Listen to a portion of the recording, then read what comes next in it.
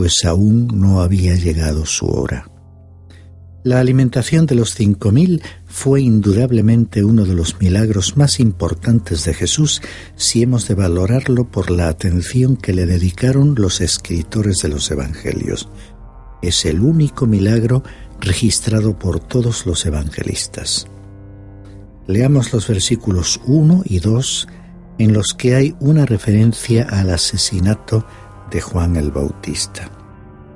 Por aquel tiempo Herodes el tetrarca oyó la fama de Jesús y dijo a sus sirvientes: «Este es Juan el Bautista.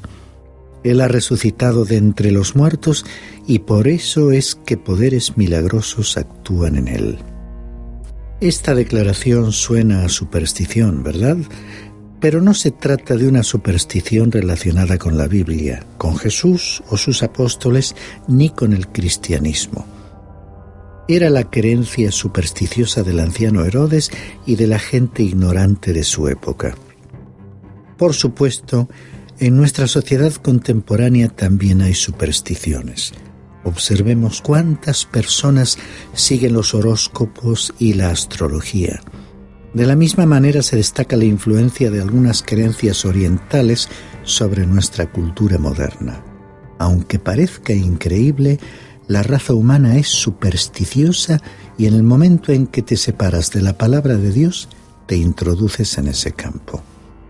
Incluso algunos de los que se denominan a sí mismos ateos se convierten en seguidores de cultos, sectas y religiones paganas.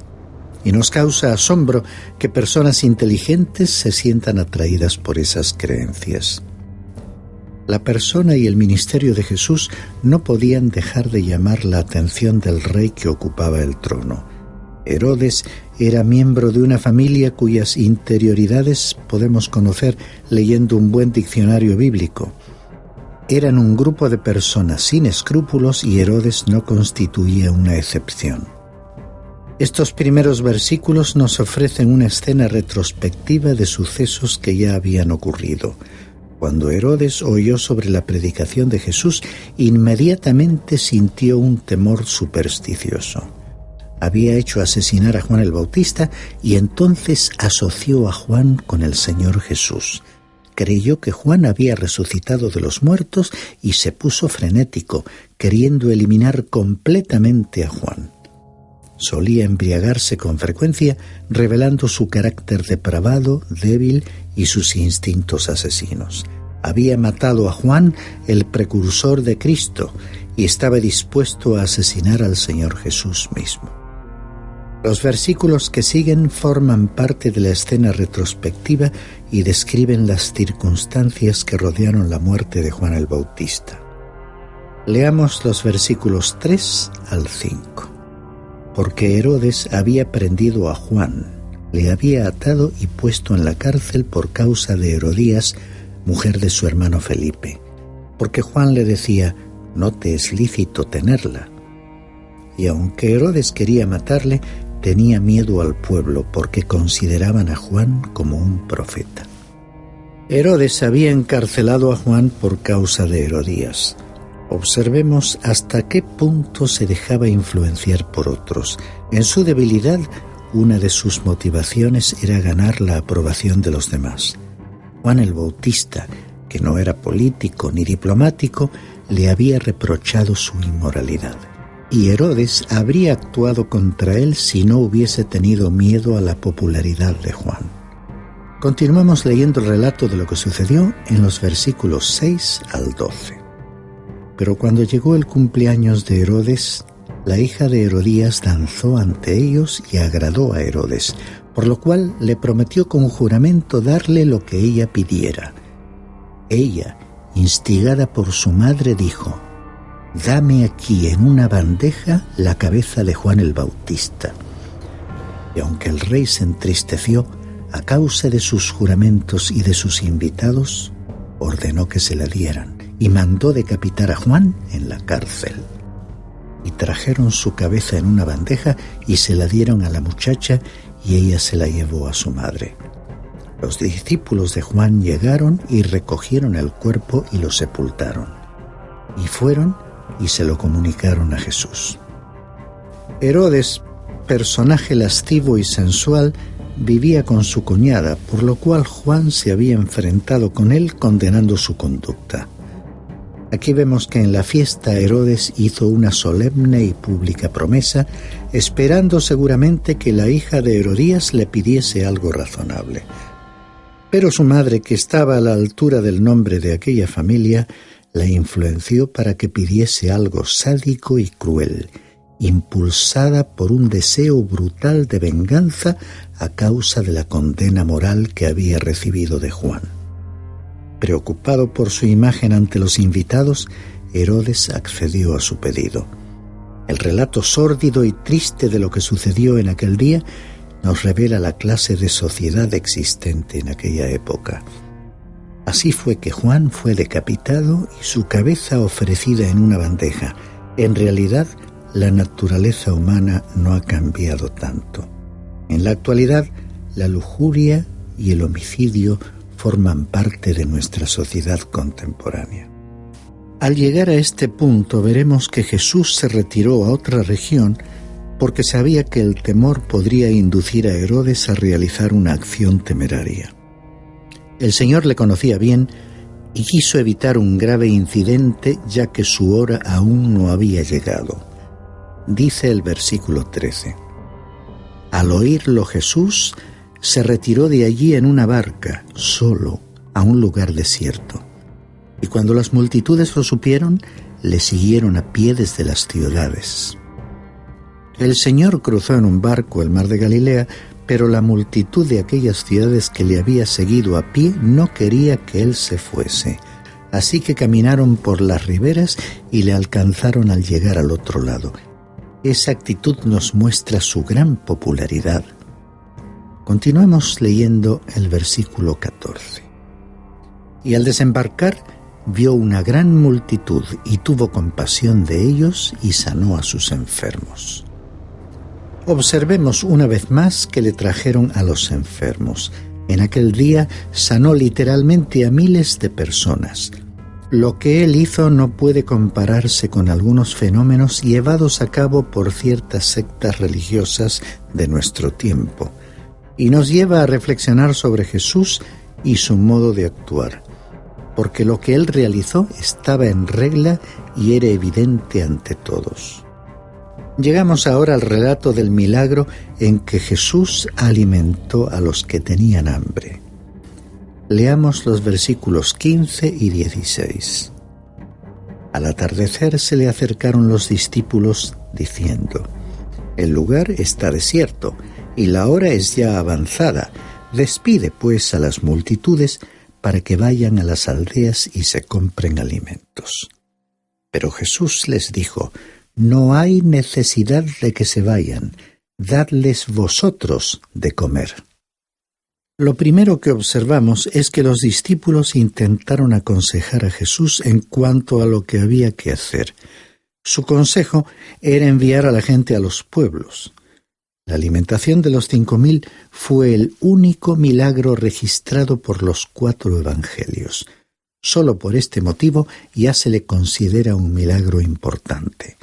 Destacamos aquí la respuesta de Jesús a sus discípulos: No hay necesidad de que se vayan, dadles vosotros de comer. Parecía una orden imposible de cumplir. Leamos el versículo 17. Entonces ellos le dijeron: No tenemos aquí más que 5 panes y 2 peces. Él les dijo: Traédmelos aquí. Me encanta esta respuesta. Él es el Señor y también nos dice a nosotros: traedme lo que tenéis. Con Él lo que cuenta no es lo que tenemos, sino realmente lo que no tenemos. Y la pregunta es: ¿estamos dispuestos a ceder cualquier cosa que tengamos y a permitir que Él sea el que nos dirija y guíe en cómo disponer de ello? No tengas la impresión de que aquel joven tenía 5 barras grandes de pan. De hecho, eran bollos pequeños frente a más de 5.000 personas hambrientas. Aquel muchacho los trajo, Probablemente eran su comida para el día y podría habérselos comido todos. Pero el Señor los pidió diciendo: «Traédmelos aquí». El versículo 19 continúa el relato. «Y ordenando a la muchedumbre que se recostara sobre la hierba, tomó los 5 panes y los 2 peces, y levantando los ojos al cielo, bendijo los alimentos, y partiendo los panes, se los dio a los discípulos, y los discípulos a la multitud». Aquí hay un detalle que no debiéramos pasar por alto. En el relato del evangelista Marcos, se nos dice que Jesús hizo sentar a la gente por grupos de 100 y de 50. Aquellas personas estaban seguramente vestidas de diversas maneras y allí sentadas juntas sobre la hierba, según los poblados de los cuales procedían, y utilizando sus ropas regionales peculiares, deben haber ofrecido una vista emocionante y llena de color al ser contemplados desde las colinas opuestas. Y el Señor las hizo sentar en orden, porque Él procedía siempre ordenadamente. El relato termina con los versículos 20 y 21. «Y comieron todos y se saciaron, y recogieron de lo que sobró de los pedazos 12 cestas llenas. Y los que comieron fueron unos 5.000 hombres, sin contar las mujeres y los niños».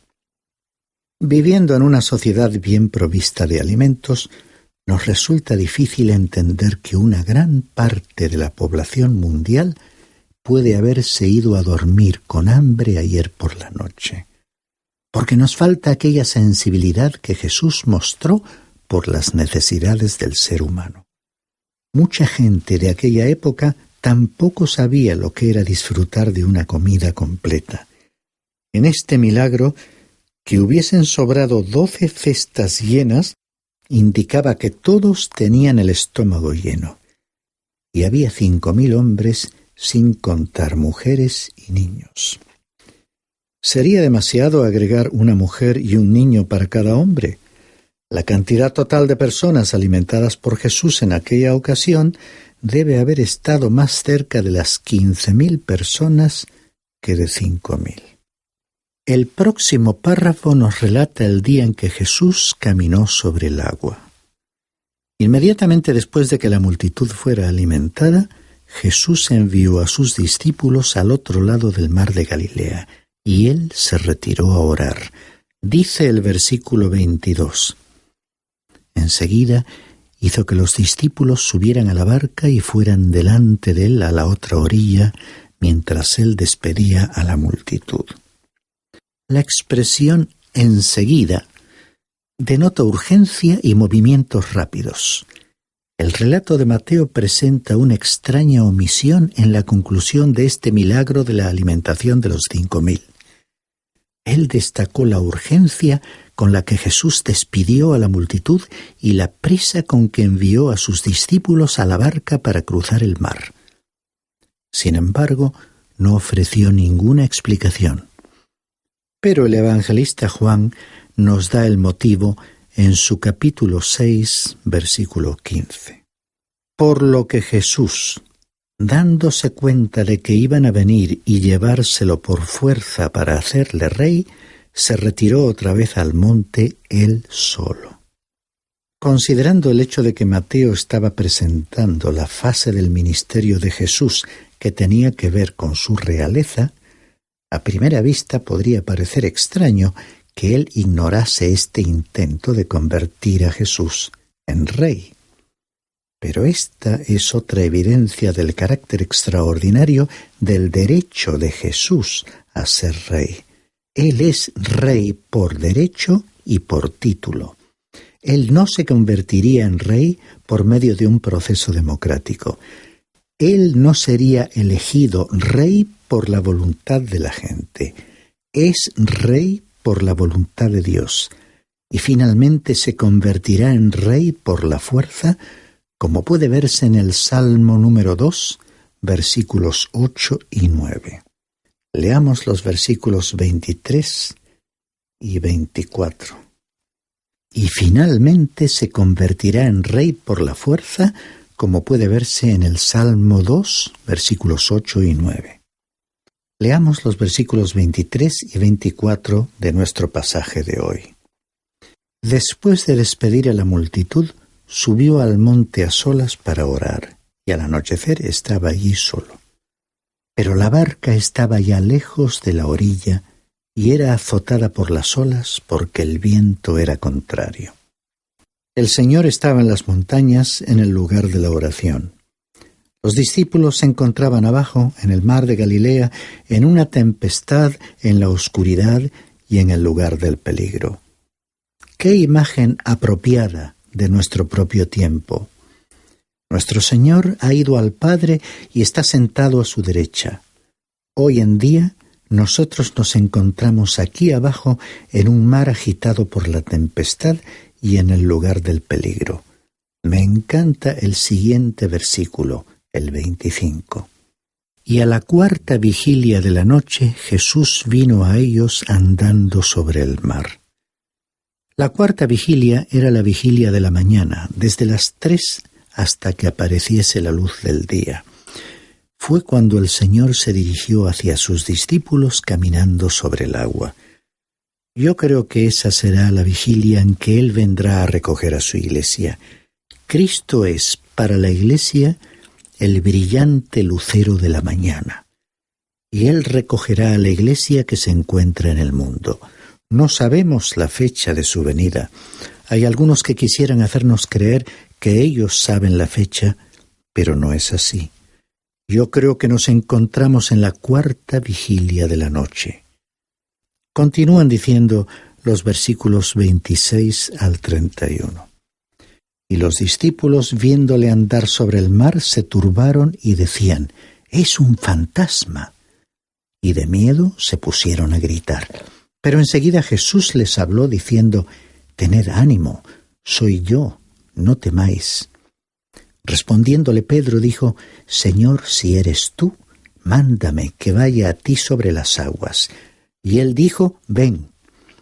Y descendiendo Pedro de la barca, caminó sobre las aguas y fue hacia Jesús. Pero viendo la fuerza del viento, tuvo miedo y empezando a hundirse, gritó diciendo: «Señor, sálvame». Y al instante Jesús, extendiendo la mano, le sostuvo y le dijo: «Hombre de poca fe, ¿por qué dudaste?». El apóstol Pedro ha sido criticado por haber pedido caminar sobre el agua. Juan Wesley dijo: «Espera grandes cosas de Dios». Me temo que la mayoría de nosotros estamos satisfechos con cosas pequeñas de parte de Dios. Pedro pidió a Dios algo tremendo. No es de extrañar que fuera elegido para predicar el mensaje en el día de Pentecostés. En esta ocasión apartó sus ojos de Jesús mientras andaba sobre el mar y comenzó a hundirse. Entonces Pedro pronunció la oración más breve de la Biblia: «Señor, sálvame». Si hubiera pronunciado una de esas largas oraciones que a veces se oyen hoy, habría terminado sumergido algunos metros bajo el agua antes de llegar a expresar su pedido. El problema de Pedro fue apartar sus ojos de Jesús y mirar a las olas. Tú y yo estamos en un mundo en el que vemos olas arrolladoras, y este es el momento para mantener nuestra mirada en el Señor Jesucristo. Los versículos 32 y 33 finalizan este incidente. Cuando ellos subieron a la barca, el viento se calmó. Entonces los que estaban en la barca le adoraron, diciendo: «En verdad eres Hijo de Dios». Nuestro Señor realizó este milagro para que los suyos reafirmaran y aumentaran su fe, y para que le adoraran y conociesen que Él era el Hijo de Dios.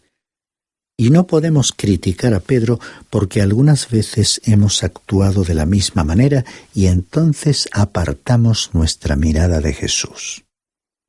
Para finalizar este programa, leamos los versículos 34 al 36. Terminada la travesía, bajaron a tierra en Genesaret. Y cuando los hombres de aquel lugar reconocieron a Jesús, enviaron a decirlo por toda aquella comarca de alrededor, y le trajeron todos los que tenían algún mal, y le rogaban que les dejara tocar siquiera el borde de su manto, y todos los que le tocaban quedaban curados. Después de la tempestad, el Señor continuó haciendo frente a las necesidades de la gente. Nuevamente destacamos las multitudes que fueron sanadas en aquel día. Tenemos un informe detallado de solo algunas curaciones, pero en realidad el Señor sanó a miles de personas.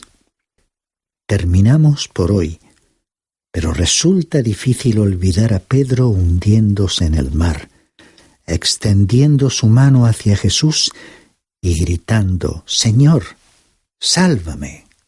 ¿No es cierto que a veces sientes como si te estuvieses hundiendo? Extiende tu mano y Jesús te salvará y te sostendrá.